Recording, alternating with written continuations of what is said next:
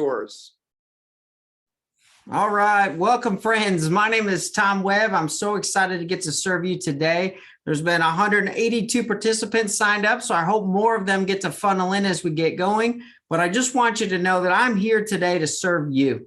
And when you think about boom leadership, you think about, for me, the word action. Boom is the biggest action word that I know. And when I first challenged myself and said, yes, you're going to dive into social media, everything Tom Webb was booked. So I went with my passion, which is action leadership. And that's what we are doing here today.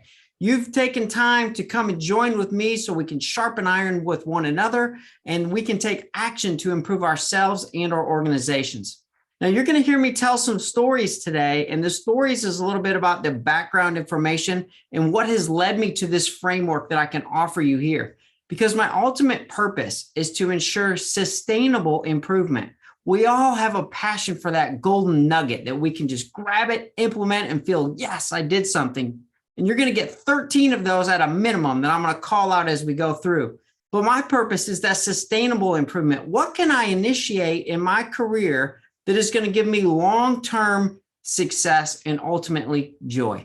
We're going to dive into that right now.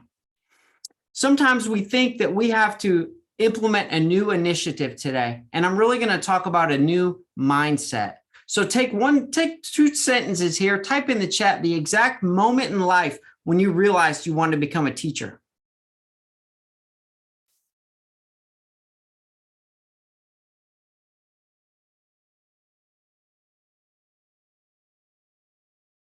Shelly, in grade 2. Shelly, was it a teacher that influenced you? If you know the exact time, if you know the exact person, if you know the exact experience, light it up. 2nd grade teacher. Many of us have a teacher that inspired us, maybe a parent that was in education, someone who provided us fulfillment, belief into what we were doing. Oh, you're exactly right, Amy. Miss Horst's class, 4th grade teacher. My parents were teachers. You're right. As we dive into this today, we're going to focus on a new opportunity for you. I want to take you back to this place where you have this internal fulfillment in the work. So many times that we continue our day-to-day process and we get bogged down with existing. I want to make sure that you're living this passion that you have chosen, but ultimately chose you. Now, I want to justify some of your failures because you're just like me. 40 minutes ago, I was on the phone with a parent requesting a special ed evaluation. I've run all through on a jacket and now I'm here with you. But we oftentimes get inspired in the past. We have the best intentions. We want to do important work, but it can be difficult to attain. Things get in our way, like COVID, unknown variables, teacher shortage, sub shortage, new textbooks, altered schedules, funding, drastically varied learners, drastically varied SEL students, demands of the parents. Guess what? It's okay. It's okay to feel this way about our current profession. Today, we're going to reignite that, and I'm going to give you some tips to do so. I'm going to drop you with golden nugget number 1 right now so that we can kind of say, yes, I've got something, and open your mind up for sustainable improvement. Golden nugget number 1 to return joy to your school is to ensure that all of your faculty that you engage with knows that you trust them and you care about them. They're subconsciously asking themselves those 2 questions when you, the leader, ask them to do something. Does my leader care about me and do I trust them? If you want them to answer yes to both of these, here's golden nugget number 1.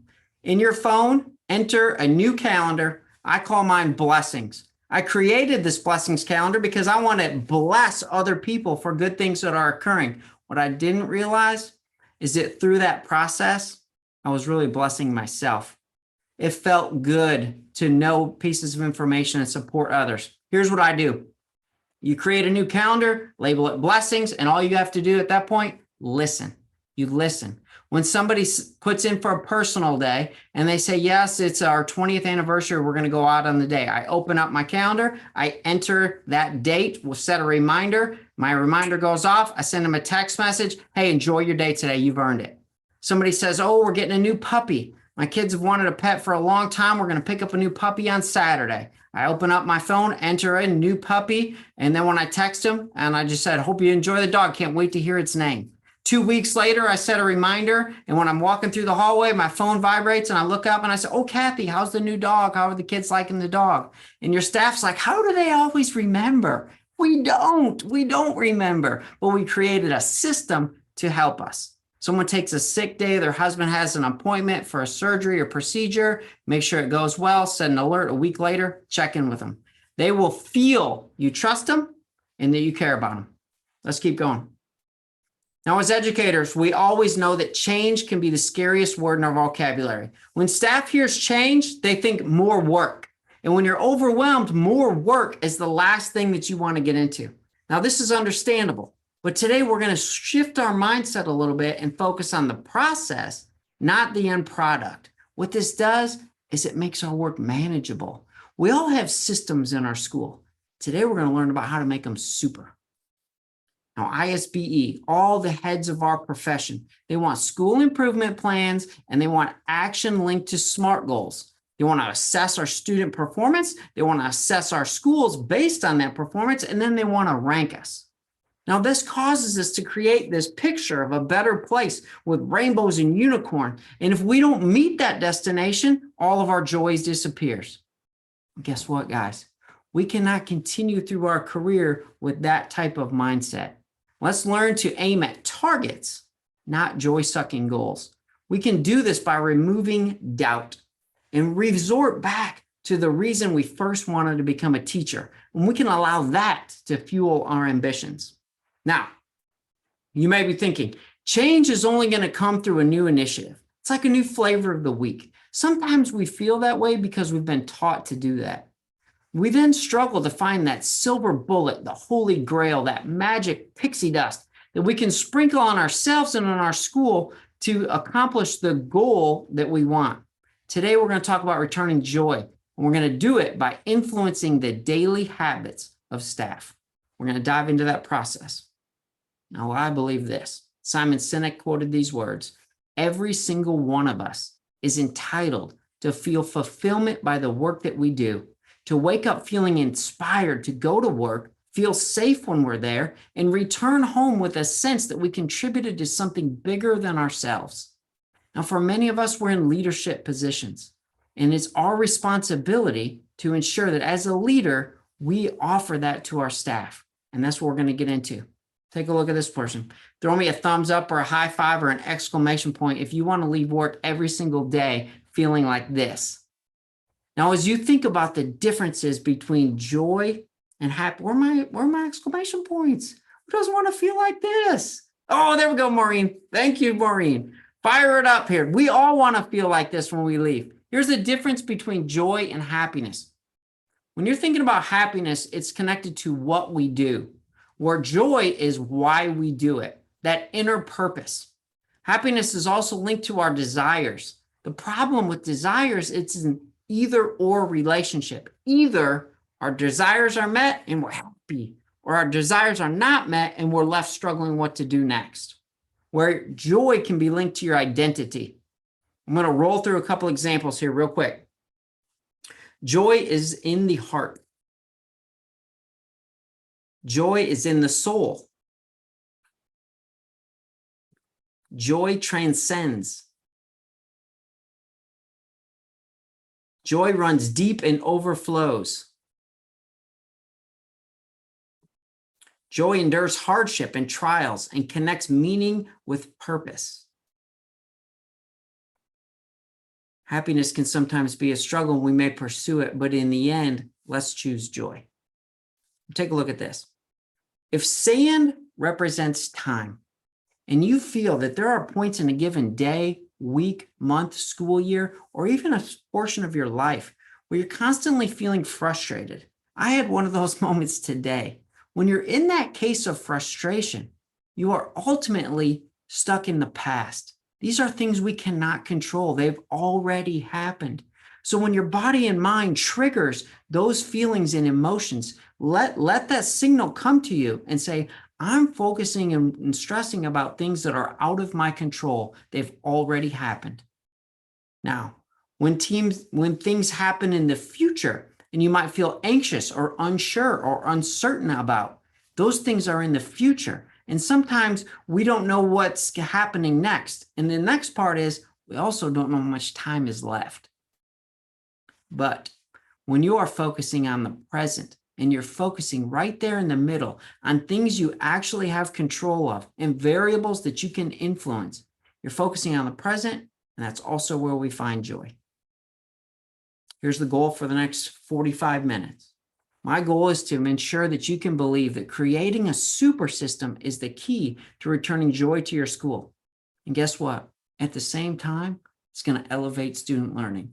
And I hope you're thinking, I can't believe it, because here we go. I'm going to show you the framework to make it happen.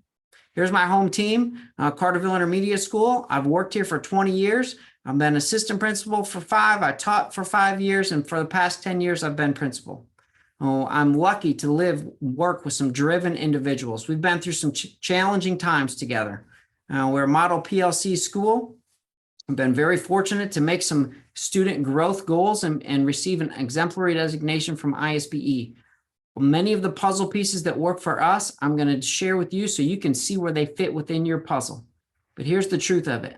Just a few short years ago, I was on the phone with TRS discussing my options and rethinking if I chose the right profession. For me, the backstory started right here.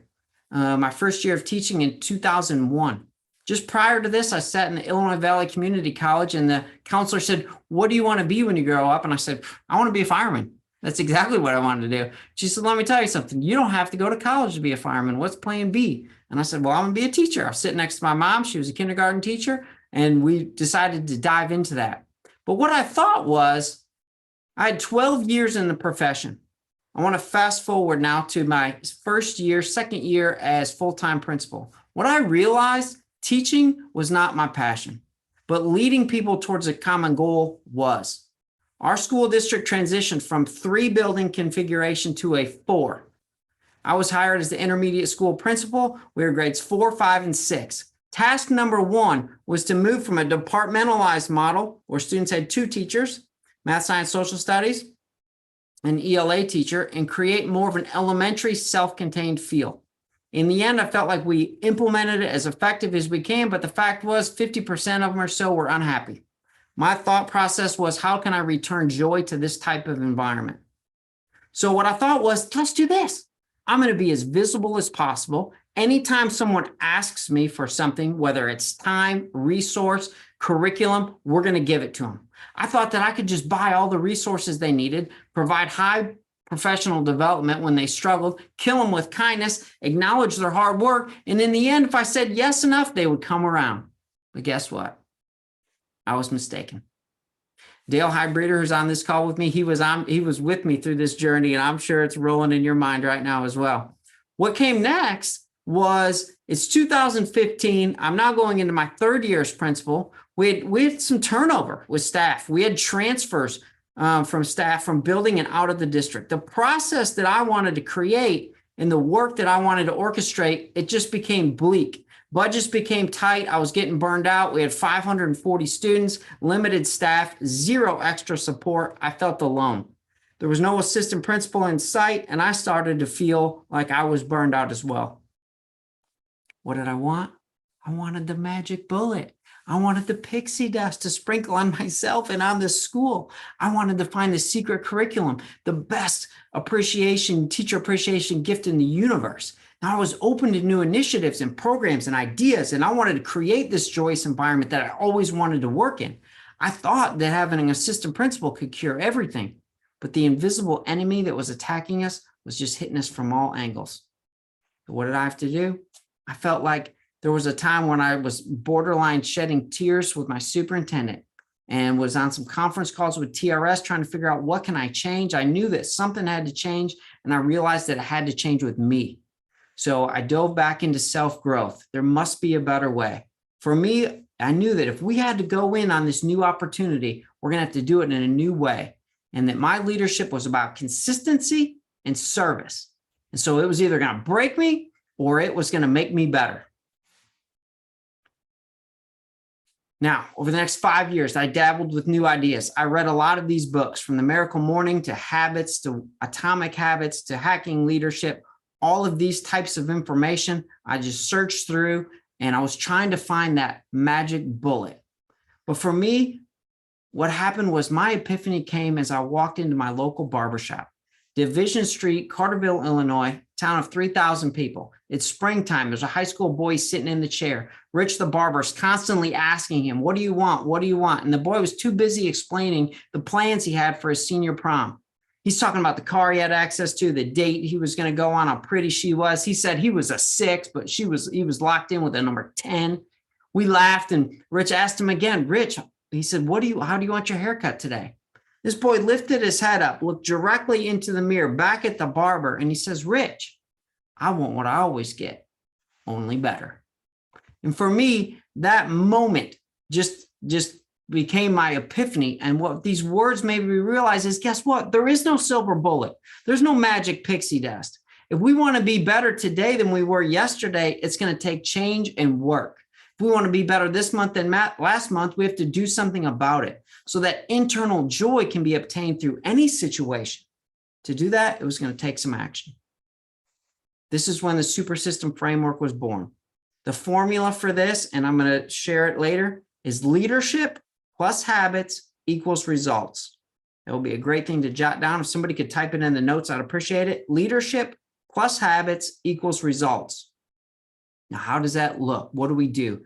People and all staff, they need to understand what to do and how to do it.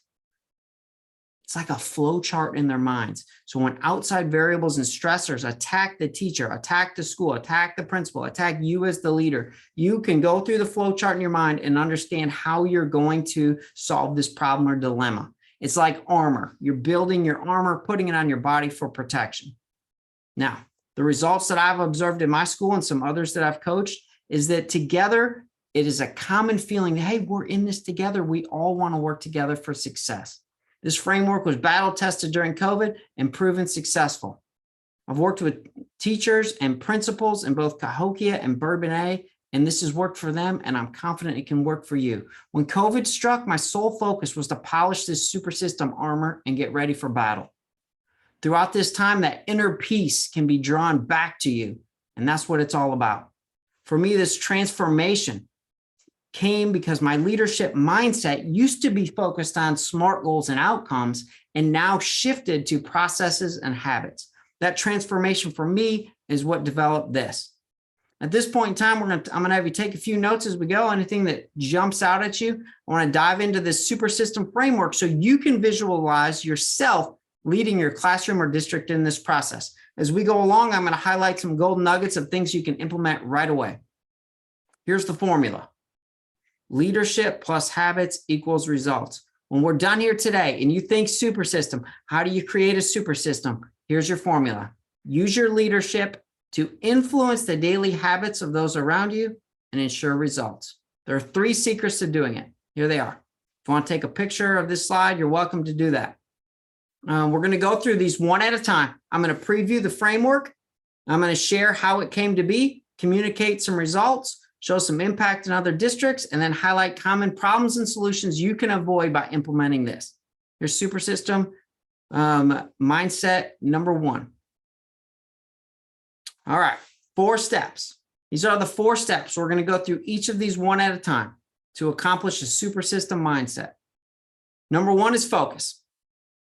Once I realized that there was no just silver bullet, there was no magic pixie dust, there was no just amazing teacher appreciation gift that was going to turn everybody on my team, my attention went to forming this new mindset because I could only focus on the targets of school-wide influence I had control over. So back to the hourglass, that small little section of sand as it's falling down is the present. That's where joy lives because we can control that. That's the area that we can control.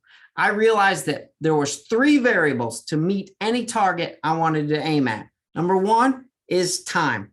How much time will I give that task or effort? And if we all put in the same amount of time, that's not a variable. The next one was effort. If I give 100% effort, that's not a variable anymore. So the third one was focus. What am I going to focus my time and effort on to ensure big results? And it became systems that I had control over. So when it comes to those systems, at the time we had an MTS system, PBIS, safety, wellness, curriculum. We had plans and policies in place for all of them. Some of them were complicated, hard to find, or that if the staff wasn't involved in the creation, they didn't have a good fluid process to understand how to implement those things. So what we realized is that we had to make them simple, keep them simple, do them well. Keep them simple, do them well. For me, the epiphany in this framework and mindset came from James Clear's book, Atomic Habits. It is the single biggest factor that influenced this framework. If you've not read it, I highly recommend it. One of his quotes from this, I wrote on a Post-it note and then used it all throughout that book and a couple others I've read. Here it is. You as a leader or your school, you will not rise to the level of your goals. You will fall to the level of your systems. Now, your goal may be the desired outcome, but your system is that collection of habits that's going to get you there. And that moment, the super system framework was born because the focus changed. When you take a look at this and you think about process over goals, consistency is going to win. Type in the chat if you know whose watch this is. This guy posts a picture of his watch every single day. 2016, he was up at 433. At 2020, he was up at 432. At 2022, he was up at 433. Yeah, this is Jocko. Jocko was an ex-Navy SEAL, and he focuses on consistency and habits. So if you don't follow him on social media, he may be one to take a look at. All right, let's take a look at each piece of this step here. Step one. Oops, went too far. Step one. It's important to focus away from SMART goals onto daily systems and processes. Here's the flow chart in your mind. I wanted to be transformational with my school, but in the end, these monster goals, they were just results I wanted to achieve. We want to get to there, but the process is what was lacking. It was bogging us down. Staff started to become overwhelmed and they would lose their willpower because if we didn't meet our goal, we didn't meet our desire, then we lost that happiness piece. So all of a sudden we had to shift on what our focus was.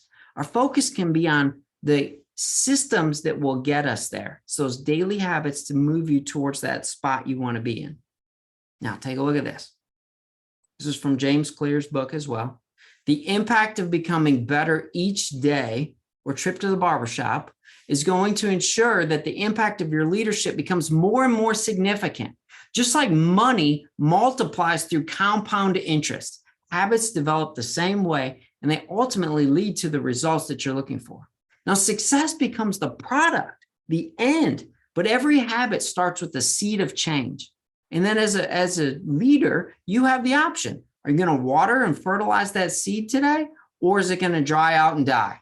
Now, no one is perfect. We don't expect us to say, well, I've consistently done my habit every day for the last 3 years. My sister-in-law ran a mile a day for 1,000 some days. That's great, but someday it's over. And so you have to think about what is the process. Let's just focus on being healthy, possibly. Fix the inputs, the outputs will come. When you look at the math on this, 1% better every day at the end of 365 days, 37% improvement. However, if you get less 1% worse every day, you can end up at 0 in a given year. Daily habits, producing the results you're looking for. Let me dive into step 3. These are the two most important, step 3 and 4. Now, earlier we talked about the exact moment you wanted to become a teacher. When you look at this and you apply this new leadership mindset, I want you to think about the identity. What kind of person meets the target that I want to go to? So if you want to lose weight and you say, I want to lose 20 pounds by Christmas, that is a goal. If you meet your goal, you're going to be happy. But if you don't, or hit a lot of bumps in the road, you're not. So when you think about the identity, what type of person can lose 20 pounds by Christmas? And you identify those characteristics and you do those things, those processes and daily habits, that's what's going to lead to your results. Same thing with school. What kind of school ensures that special education SLD students can learn within 10% proficiency of their peers? What do those schools do differently on a daily basis to ensure that happens? Identify the type of person or school that accomplishes what you want to accomplish and focus on those things. That's step 3. Here's step 4. as you work throughout this process, the most practical, efficient return on your investment, which is what we all want to make change, is to change what you do. Most practical, efficient, easiest way to make change is to change what you do. Now, all habit-driven systems are based on identity. What type of person, what type of school can reach this result? When you focus on those things, they are identity-based, not desire-based like happiness. Once you begin to focus on those things, you can celebrate those mini victories, and they're going to bring you joy. Now, I first focused on these 4 steps. I saw a shift not only in my leadership, but the impact my leadership had on my organization. I can implement, change, and refresh systems on a regular basis. Did 2 things. Number 1, it offers a shift in mindset. The impact becomes greater. And number 2, creates armor for your staff. It's an if-then relationship. If these outside variables and stressors attack, I know how to respond. We're going to get into that in a little bit more here. Just real quick, I worked for 2 years with Brett Pignatello of Liberty Intermediate School in Bourbonnais. If you know Brett and his staff, they have a great hardworking team. Their 2018 student performance wasn't where they wanted it to be.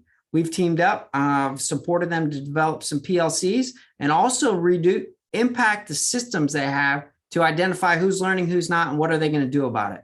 And man, they are on their way to some commendable results. When I share this is gold nugget number 2.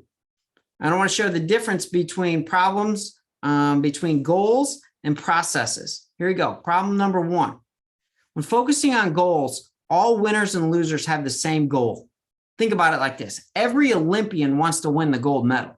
Okay. The difference between the 2 is what do they do on a daily basis to ensure different results.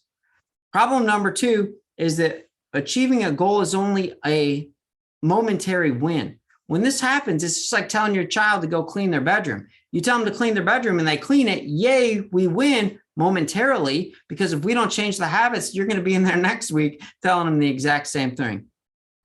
Problem number 3, goals restrict happiness. Why? Because happiness is linked to your desires. We talked about that in the either or conflict. And problem number 4 is that a goal mindset creates this yo-yo effect. Think about it as a runner. If any of you have ever been runners or you wanted to run a 5K, half marathon, marathon, you train for months, you finish, you feel great. Yes, I accomplished that. I accomplished exactly what I wanted to do. And then take a break from running, or I'm going to take a break for a week or 2. And then next thing you know, you need a new goal because the habits haven't been developed. Here's a quick activity I'm going to share with you. If you want to take a picture of this slide, you can do it yourself individually or share it with your staff. But essentially, if you can identify the person or school that you want to become by answering this sentence, you can then follow those actions, follow those processes, improve those habits to get to the results you want to get to. So it's not through chasing and setting in these big SMART goals. It's more about the processes that you can work through. This is a great opportunity for you as an individual or as a school. This is gold nugget number 3. All right, let's launch into secret number 2. When you think about super system construction, when I talk about this with my wife, kindergarten teacher, she says, when I think super, I think work, hard, difficult, complicated. And I said, no, honey, that's not it. When you think super, I want you to think super impactful. Like my time, energy, and effort is gonna develop big results. It's very simple in construction. So if you're having reservations about like, well, I get what you're saying, I understand where the mindset is, but how would I use my skill set to implement that? That's what we're going to talk about right here in secret number 2. Now I want to share this. We're going to create it to have super impact, but you're going to do it very simply like you would complete any simple puzzle. These are the steps. Here's a sneak peek at the process. Super impact, but simple to build, just like a puzzle. Here's a picture of my Grandma Webb. Grandma Webb lived to be 102 years old. She had her mind and body all the way with her to the end. As a child, my brother, cousins, and I spent countless nights on our 120-acre farm in Grand Ridge, Illinois. We would work outside till dark, come inside and do one of 2 things, play cards or build puzzles. I learned countless lessons under Lois Webb's leadership, and I often return to those lessons when times get tough. just like they did in 2020 when we were working to try and figure out how can we reopen schools during COVID. We were all on this same journey together. So COVID attacks our communities. Rules and regulations are striking our armor from all angles. This is like this villain that just has these superpowers. And every time we make a plan, new rules and regulations come out, and we have to change our plan. That inner peace, that love for the work, that joy, the reason we wanted to become educators is just under siege, sometimes on a daily or hourly basis. So what we needed was a plan, a process to make these very difficult decisions so we could share them with our community and just kind of get the ball rolling. If you remember where this time was and how you were, exclamation point, thumbs up in the chat. We were all on the same exact place that we were. And so take a look at that. Let me know you're still with me here. Now, I left the district meeting one day in July. I felt like we were just simply unable to make the decisions we needed to make to get this thing start going. I was sitting outside Carterville High School at the stop sign. I was thinking about what could we do to make this process easier.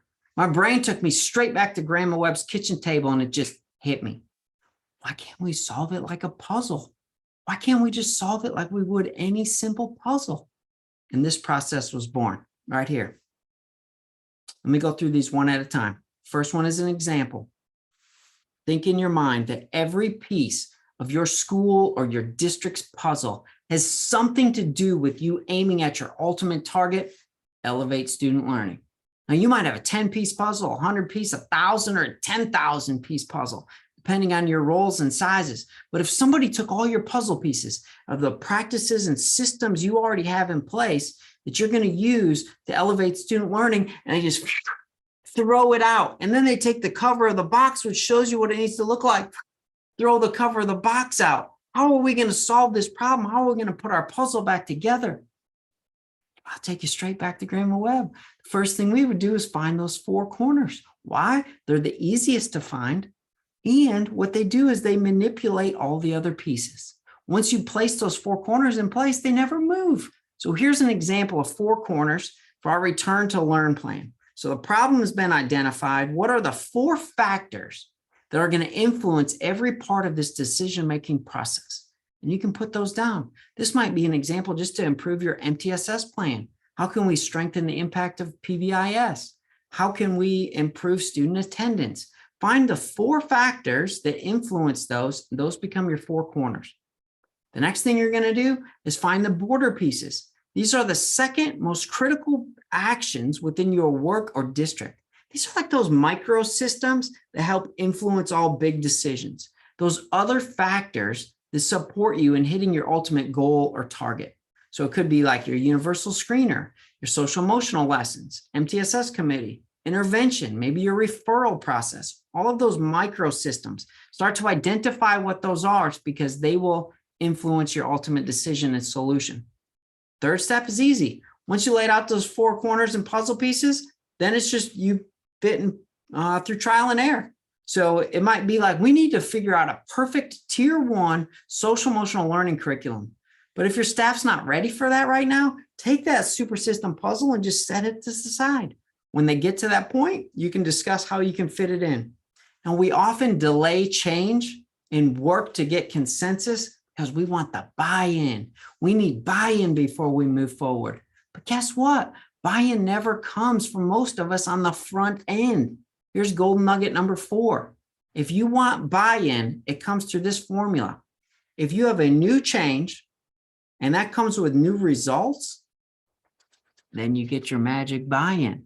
So many times people are not going to buy in because they're unsure. Change more work. It's difficult. It's hard. I'm not buying into something. I don't know what the results are. But there are times within your leadership where you just have to go for it. You have to just can't lose your go for it.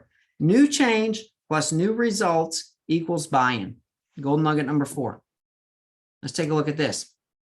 The results of this strategy is going to do 2 things for you as a leader. Number 1, it's going to offer you a decision-making process.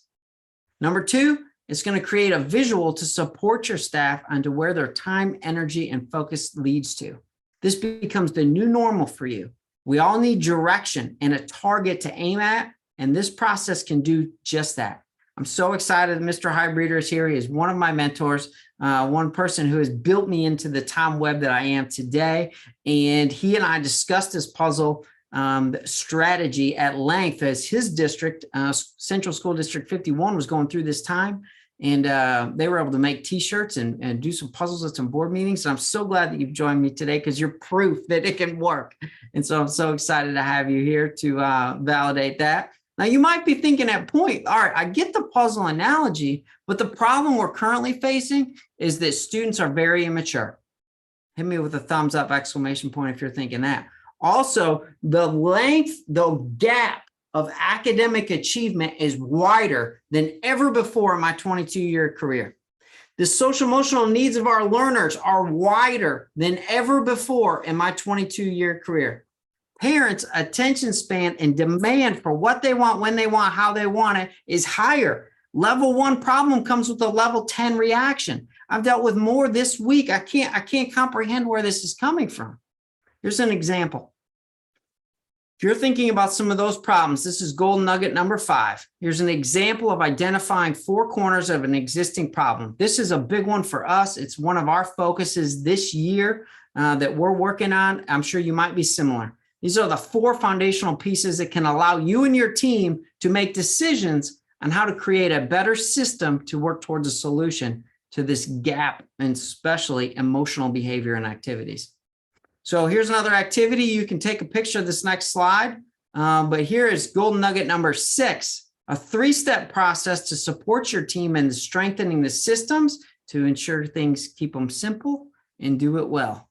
Here's a step activity. You can take a picture of that, collaborate with your leadership team to take a piece of this, one little piece, put it into action. All right, friends, we are going to dive in here to secret number 3, creating some armor for your staff. How can I combat these external forces that always attack us as a staff or me as an individual to try and steal our joy? Know this, a stable environment where everyone has a place and a purpose is an environment where habits can easily form. That's part of our super system framework.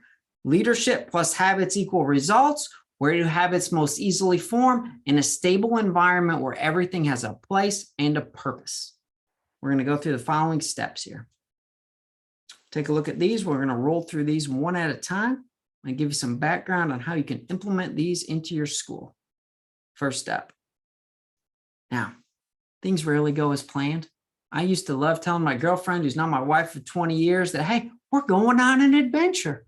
But it wasn't until we were making alternate plans during COVID that I really understood the true definition of an adventure. I got a sticker and I hung it on my office door. And it states that only a true adventure can only begin when things don't go as planned. Guess what? We can all relate to that. Because of COVID, nothing went as planned. We're trying to figure out what has worked and put things in place that will work through these difficult times of change. It was through this that I started to figure out what would a super system armor framework look like? How can I protect my staff from all of these outside variables? So our plan was to polish this master puzzle in August of 2020. We realized things are not going as planned and we're going to have to adjust. Let me give you an example. This decision-making process focuses just on one puzzle piece at a time. For example, if you need to reinvent, update, simplify your MTSS referral process, this just might be one puzzle and the puzzle piece just says MTSS. But the flow chart within your mind and the minds of your staff needs to be simple. Now, golden nugget number 7 is this guiding question. If you're a professional learning community, you've heard this a million times. And if you're not, and your teachers are overwhelmed, have them focus on this one question. When they're collaborating and working together, answer this. Golden nugget number 7, who is learning, who is not, and what are we going to do about it? When you can identify who is struggling, who is not, maybe needs a little enrichment or challenge, and then what are we going to do about it? You're focusing on the key piece, the one essential area that's going to elevate student learning. And in the end, that's why we got into this. We want our students to be better today than they were yesterday, better this year than next year, and ultimately better people. This process can do this for you. So keep it simple, one piece at a time. Take that puzzle piece, make sure it's simple, and ensure that staff can do it well. Now, know this. If staff needs a framework to polish up their armor, protect them from outside stressors and variables, we have to be transformational in their mindset. And this is the 5-step process that was born. Second half of this quote is the same as the first half. Nothing changes if nothing changes.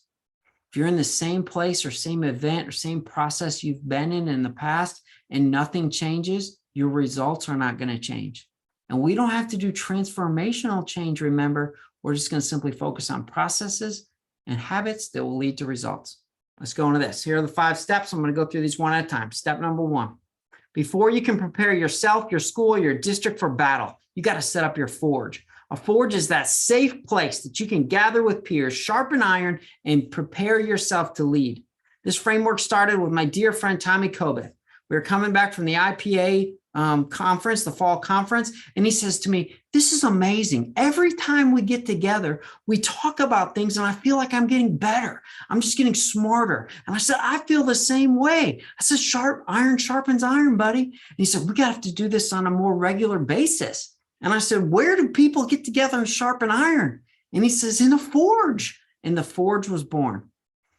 Golden nugget number 8 is this teamwork collaborative approach. If you're a superintendent, team up with a couple other superintendents. If you're a principal, team up with other principals. We decided we were going to meet on the first Tuesday of the month. We're going to meet no more than an hour.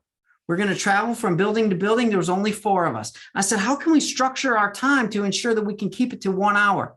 Golden nugget number 8, 3-2-1 strategy. We were going to team up and we're going to share the 3 celebrations. Best thing that happened today, best thing that happened this week, best thing that happened since the last month we were together. We're going to share 3 celebrations. Best thing this day, week, and the last month. We're going to share 2 dilemmas, things that we're working through. Maybe we need some advice on. One was usually personal related because we want to grow as humans and be better parents and spouses. And the second one was a school issue. And the one represents the one big idea that you want to focus on school year long. What's the one big thing you want to work towards? Implement or just really update your accountability partners to know where you're at. We thought we would spend most of the time on the 2 problems to gather and collaborate on solutions, but we didn't. We spent the most of our time talking about the celebrations. Why? Something that another principal was excited about, felt like was making a big impact in his school. I wanted to know more about it because I wanted to do it too. Number 2, prepare for battle. So we have to protect the habit of willpower. When you think about willpower, this is the motivation, that internal drive to go beyond what you know your limits are. But the fact of it is, willpower is like a battery. And you might start fully charged when you walk into your office, but you can't let one email, one voicemail, one teacher that doesn't show up and didn't call you and you're short a sub, one factor, take that willpower battery and drop it down. We have to protect that. One way we can do it is golden nugget number 9, whether it's a formal flow chart, create a flow chart. Golden nugget number 9, create a flow chart. It can be formal on paper. Okay. If this happens, then I do this. If it doesn't work, I go here. Many of us have PBIS flow charts. First time a student breaks our behavior expectations, we do this.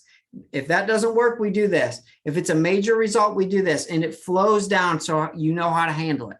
Same thing. We have a student. Their attendance is bad. How do we focus on their attendance? Well, the first time we do this. Second time we refer to the counselor. If that doesn't work, we come down here. If that doesn't work, we go over here. Then we go to truancy. Then we contact parents. Then we meet with people. Whether it's formally written or it's so simple that staff can do it well and it's routine, it will work. It becomes that armor that you're looking for. All right, here we go. As you work through the process, set clear targets, provide time, effort, and focus for them, your staff, to work towards it. Listen to your staff. You can dictate the target as long as everyone's aiming at the same target, you're winning, but allow them to dictate the pace. When I first started, I said, this is where we're going. This is when we're going to be there. Everybody's with me. Let's go. And guess what? They weren't all with me. They weren't with me. They were a little bit with me and would walk behind me, but didn't want to travel at the pace. And my leadership quickly decided, you know what? I have to go at their pace. Every time they take a step towards the target we're all aiming at, we win.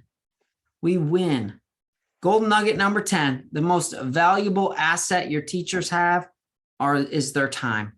Every time we leave a faculty meeting, I draw 2 names and I offer them a free personal day. We call it personal days. It's not totally personal, but it is free time, and that's what they all value. So our lunches are over at 1:10. Their contract goes till 3 or 3:15. So there's a 2-hour block there. Students are dismissed just before 3 o'clock. So it's really 90 minutes.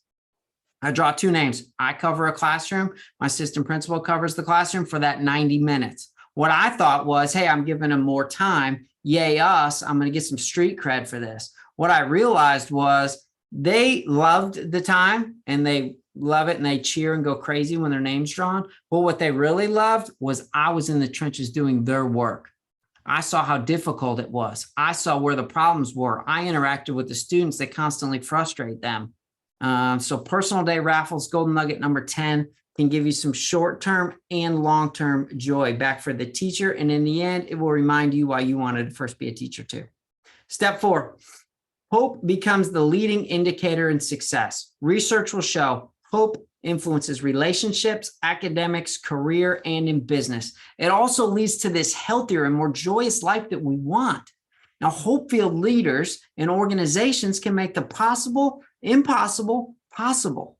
Instilling hope within your school begins with a smile. It's easy. It's not these huge initiatives. It's you being the best version of yourself and greeting people like you want to be greeted. It's you leading the school that you always wanted to work in as a teacher. If you're the superintendent, you're leading your district and you're operating like the superintendent you always wanted to work for. 2 questions. Gold nugget number 11. 2 questions you can ask yourself to help create hope within your building. When I walk around in the morning, I love to ask people, what are you looking forward to today? The answer you're going to get are just like your kids. How was your day today? Oh, I'm not sure. What are you looking forward to today? Oh, I don't know. When you give them a little bit of wait time and they have to think of something to share with you, guess what? Subconsciously, they look for that to happen every minute and hour of the day. And then when it does, well, I desired that to happen. It just happened. Here comes some joy. The thing I like to ask at the end of the day was, what's the best part of your day? When they can reflect on something positive that happened that day, take 1 second for you to ask, 10 seconds for you to listen. It is one of those things that continuously brings up hope that we're fulfilled in the work that we're doing. Step number 5, let's get back to living. Matthew McConaughey says it best. I wish I could just quote and rattle it off like he does. But when you first wanted to become a teacher, you decided that your purpose would motivate your ambitions, and that was going to lead to results. You're going to be action-oriented. Now, for some of us over the course of our career, this work has just kind of beat us down. You know, I see quite a few superintendents, they're simply surviving until the next board meeting. If you find that you're just existing at work, I've got a formula to get you back to living, L-I-V-I-N. Here it is. We know that habits lead to results, but what's that look like for an individual? For a whole school, I'm going to use my leadership to influence the habits for results. But what about me as a human? I can know what my desires are. I know what I want to happen, but I have to put my ambition over desires. I have to do it. I simply have to do it. I have to wake up and give it the action it needs to meet the desires, to follow the habits I know will be my identity to lead to the results that I want. Now, as you head into this new school year, follow this 5-step framework. It's going to ensure some armor. It's going to protect yourself and others, just as much in the same line as Stewart says, hey, you have to put on your oxygen mask before you can support others.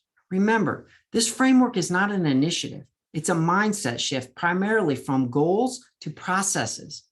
We're not fixing problems by doing more with more.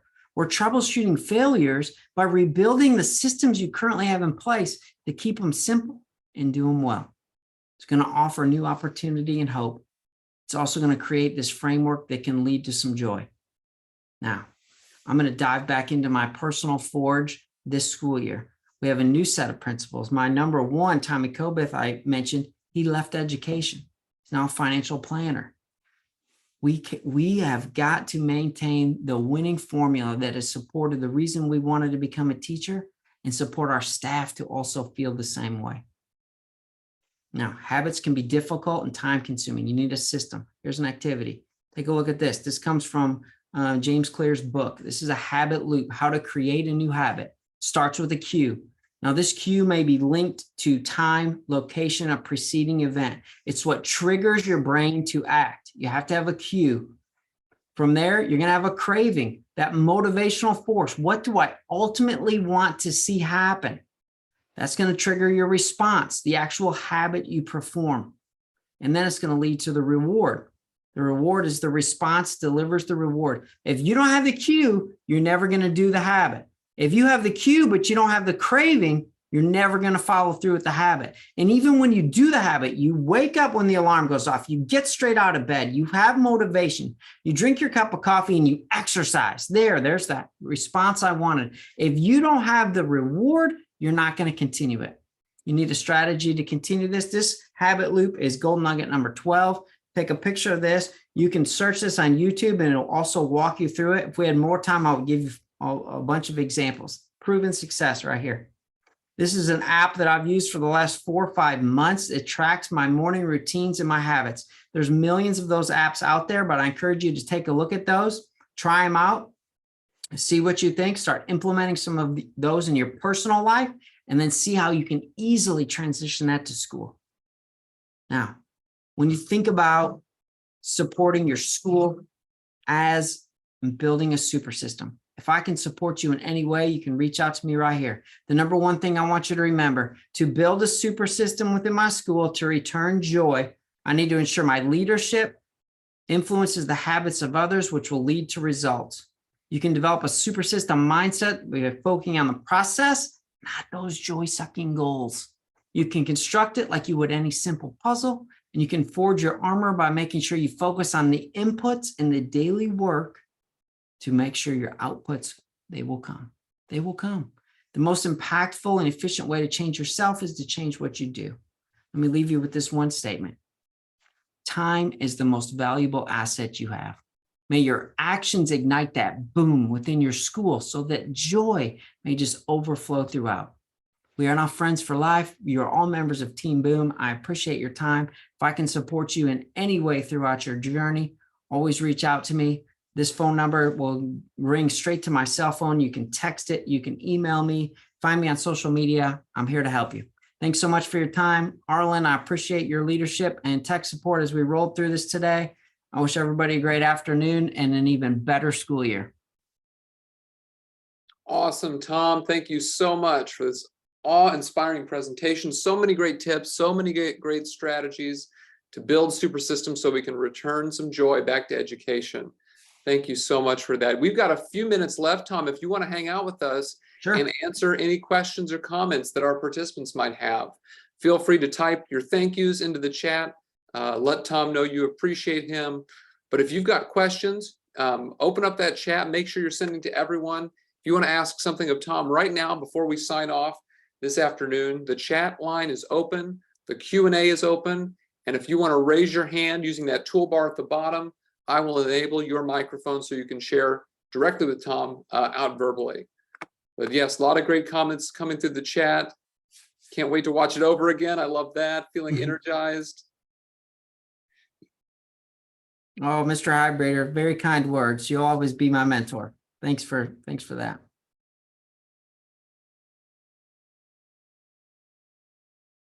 Yeah, be sure to take down Tom's email address, tom@boomleader.com, so you can follow up with him directly.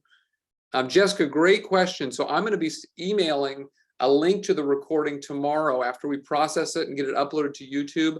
I will be sending a link out to everyone who registered for this webinar so they can watch the recording, share the recording, and I'll also be sending out an evaluation, which once completed will give you the ISB evidence of completion form. You will get 1 hour of professional development credit for attending the webinar today. Oh, thank you, Denise. Appreciate that. Very motivational. Tom was excellent work. Thanks, friends. I appreciate all of you and the work you're doing.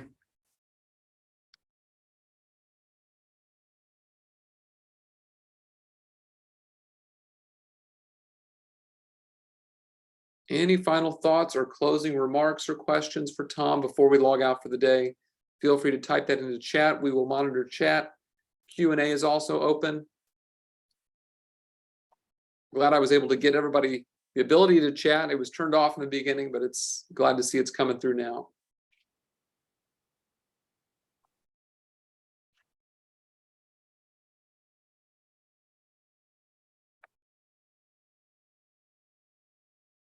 All right, I don't see any hands raised, and it looks like chat has settled down, so I'm going to stop the recording of this presentation.